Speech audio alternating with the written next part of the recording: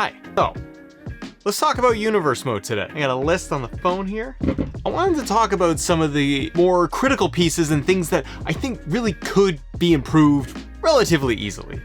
Relatively speaking. It's 2K. We don't know what we're gonna get out of this. This could be really good, average, and they might just like do a fresh coat of paint again and we get nothing. So as the title suggests, how do we make universe mode in 2K23 not suck? Let's kick things off, shall we, with, well, bringing back promos. Promos being one of the things we've seen in years past, and it's definitely something that fans really miss. I can at least speak to our community here because, frankly, anytime I bring up universe mode, one of the first things out of people's comments and their mouths on their keyboards is gonna be, where are the promos? Why did they get rid of promos? Why aren't they back in there? And you know what? At first, I didn't care. With previous years, I didn't really care about promos in 2K19 or whatever, and before that. It didn't bother me because I got bored of it, because it wasn't that in-depth, go figure. But as I play through 2K22 and go really deep into universe mode, I do miss promos. I miss being able to set up different rivalries and being able to have different matches and really narrow that down, having 1-2 rivalry promos set up to kick off storylines. Now, if they take it a step further and they make it a little bit more engaging and giving players more options of how they want the promo to go, not just like promo skills and how well they spoke during the promo, I don't care about that. I don't even need voiceover for it. The text is fine. I expect that. But I need more, and I think promos is one of the first things 2K needs to bring back for universe mode, assuming it's in there. The other thing is custom rivalries and really increasing them and make more options available to players. We got 4 rivalry slots and then potential rivalries. We can't customize potential rivalries, which I think is a mistake. Having the AI generate potential rivalries based on the matches going, that's okay if you do want to just auto-populate it and simulate it, that's fine. But for those that want to get really hands-on nitty-gritty, we should have the options to not only create the rivalries, the 1, 2, 3, 4, maybe 5, but we should also be able to go in there and add in the potential rivalries. Ones that we want to just be able to set up or at least have more matches like more likely to happen. You know what I mean? They don't have to be crazy rivalries with a lot of options there, but I think potential rivalries should be optional and allow players to manipulate it. The other thing is just having multi-man matches and set up through rivalries. So being able to have a trios rivalry. We have so many factions now in WWE on TV. How are we gonna have 2K23 and not be able to have the Judgment Day taking on the OC? Trios have been in the game. We're allowed to have trio stables in the game itself. And I think this is something they really need to be able to add in there, is at least 3-on-3.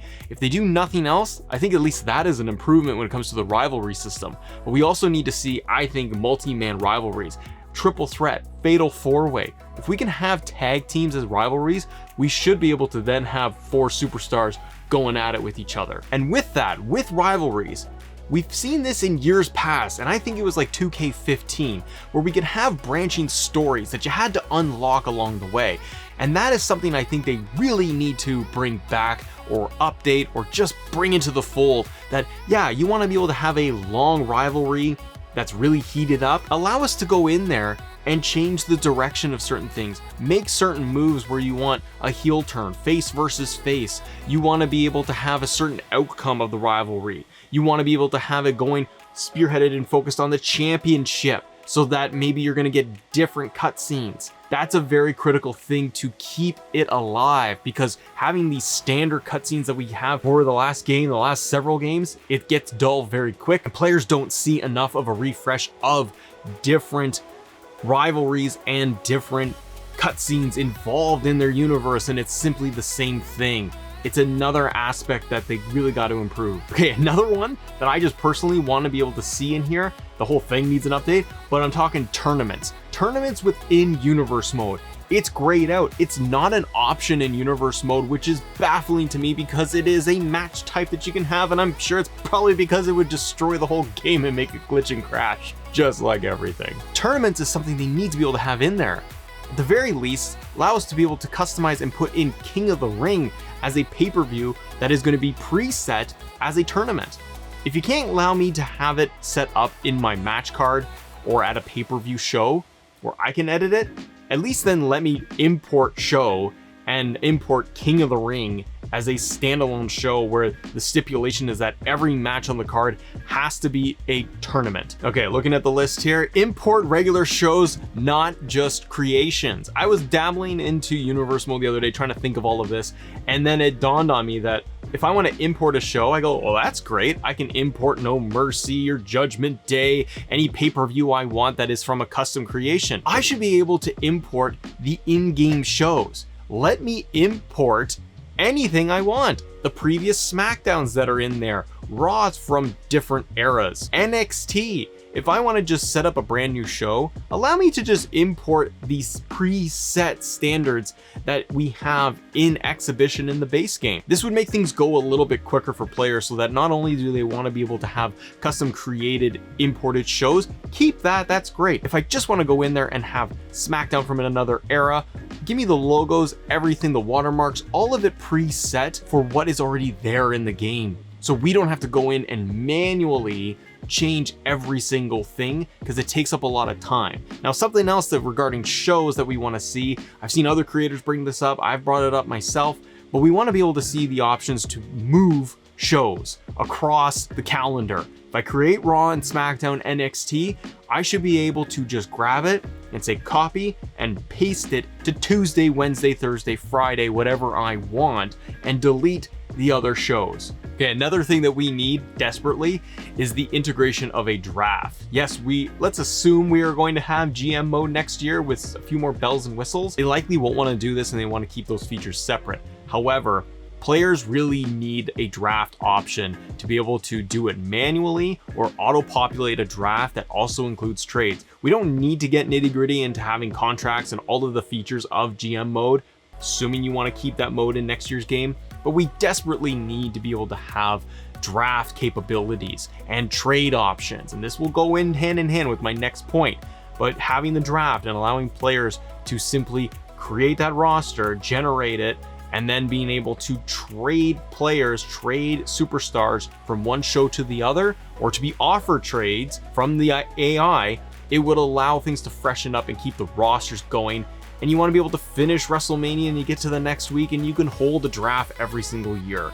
It would definitely spice things up. But with the draft and talking like trades and those types of options, I think another piece that really does need a refresh is going to be the news section. I don't care about the news section. If I'm playing through the matches or even if I'm simulating it, I really don't look that much at the news feed because it's going to be regurgitated and very much the same across the board week over week. And I don't really think I'm getting much out of it. I think it really just needs a refresh. It could still be very similar to what it is today, but you need to get more into the social media feed. We see this a little bit in GM mode, where you're going to see how superstars are posting certain things, fan reactions, things like that. I think we need to be able to integrate more of a social media system for results, how superstars are feeling, how they are being used on the show, and that can tie into also when superstars maybe showing off that they're angry or happy with their show and performance. Maybe they can talk about how they want to be traded to the other brand, and then you can go ahead and create a trade, or vice versa, somebody wants to be traded from Raw over to SmackDown.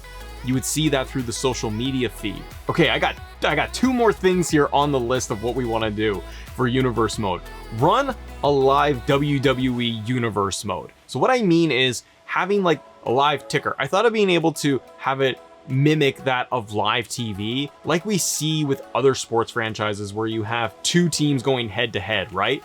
And they're going to play out the entire calendar. Unfortunately, with WWE programming, I don't think it can do that. I think that's my pipe dream because it's too complicated for matches to get changed like the night before. And the system cannot handle, and people can't handle updating constantly to Universe Mode with a live season. It just can't work. Even if it's like a week behind, it's still not going to work because some stars are not even going to be eligible. They're not even going to be in the game, for example.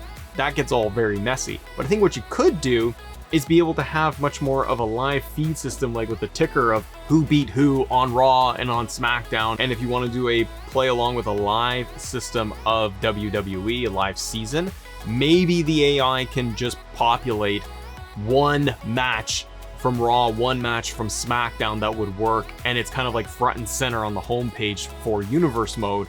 say the match of the week, for example, if it's Bailey and Bianca, you can have that in there, and then maybe there's going to be a little bit more extra for cutscenes or anything like that you're going to get out of it by following along in more of a live season aspect to it. Okay, the last thing I want to talk about here is going to be the star rating system.